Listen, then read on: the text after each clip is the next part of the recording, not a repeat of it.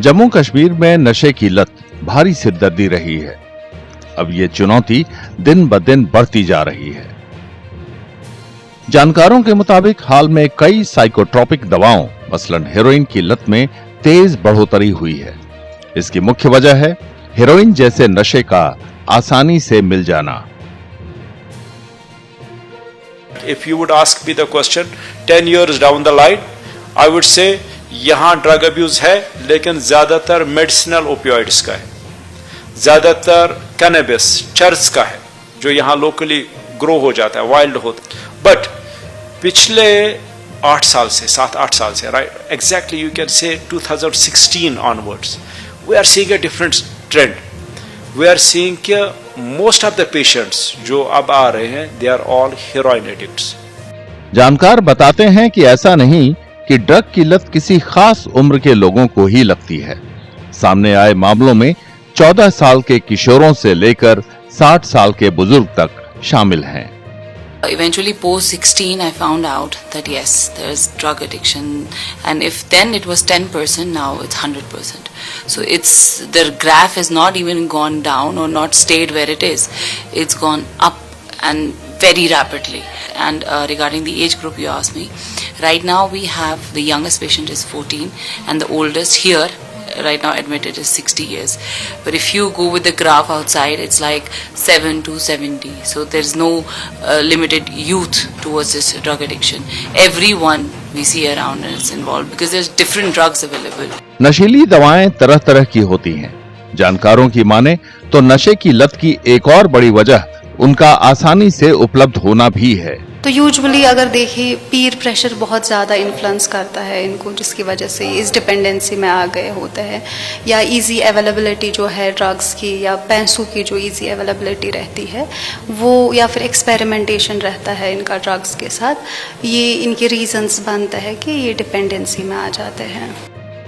इलाज करा रहे नशे के कुछ मरीजों ने माना कि उन्हें शुरू में तो मनोरंजन के लिए नशा किया, फिर इसकी लत लग गई। उनका कहना है कि एक बार लत लगने के बाद उसे छुड़ाना मुश्किल है। एक्चुअली हमारा जो फ्रेंड सर्कल रहा वो मतलब क्या हुआ था, एक्चुअली जब हॉस्टल में होते थे हम वहाँ पे फ्रेंड्स कर रहे थे, तो हमारे साथ भी रहते थे फ्रेंड्स 2-3 वो करते थे, तो हमने मतलब एंजॉयमेंट के लिए किया था। 1-2 दिन हमने एंजॉयमेंट के लिए किया था, फिर उसके बाद हमें विड्रॉल्स आने शुरू हो गए। विड्रॉल सिम्टम्स जब आ रहे थे हमें, तो किसी काम में कोई दिल नहीं लगता था, स्टडी में कोई इंटरेस्ट नहीं था, कोई काम करने में इंटरेस्ट नहीं था, बस खाली यही करना पड़ता था। ऐसे ही एक फ्रेंड को देखा था एक बार करते हुए, तो फिर खुद स्टार्ट किया।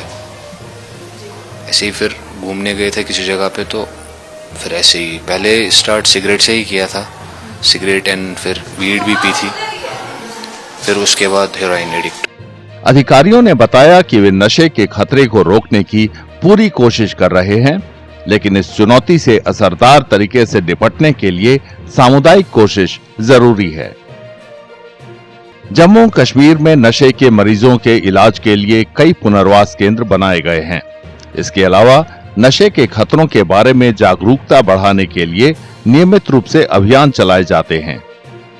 कुछ पेशेंट्स खुद भी आते हैं, तो हमारे पास ये ODIC है ही, क्योंकि ये DDAC जो है इसमें 3 कंपोनेंट्स हैं। एक तो इरका है, ODIC है और CPLI है। जो ODIC है outreach and drop in centre, उसमें हमारे फील्ड वर्कर्स फील्ड में जाते हैं, उनको वहाँ पे अवेयरनेस देते हैं, अवेयरनेस प्रोग्राम्स कराते हैं। हमने अभी तक मोर देन 500 अवेयरनेस प्रोग्राम्स किए हैं, तो वहाँ से देखते हैं कि पेशेंट्स किसको रिहैबिलिटेशन की ज़रूरत है, उनको हम यहाँ लाते हैं। जम्मू कश्मीर में नशीली दवाओं के खिलाफ अभियान चला रहे जानकारों और अधिकारियों को उम्मीद है कि वे जल्द इस चुनौती को दूर कर लेंगे, नशे के आदी लोगों को मुख्यधारा में शामिल करेंगे और स्वस्थ समाज बनाने में अहम योगदान देंगे। अगर आप ये वीडियो YouTube पर देख रहे हैं तो हमारे चैनल को सब्सक्राइब करें और बेल आइकन को दबाना ना भूलें। अगर आप Facebook पर ये वीडियो देख रहे हैं तो हमारे पेज को लाइक करें।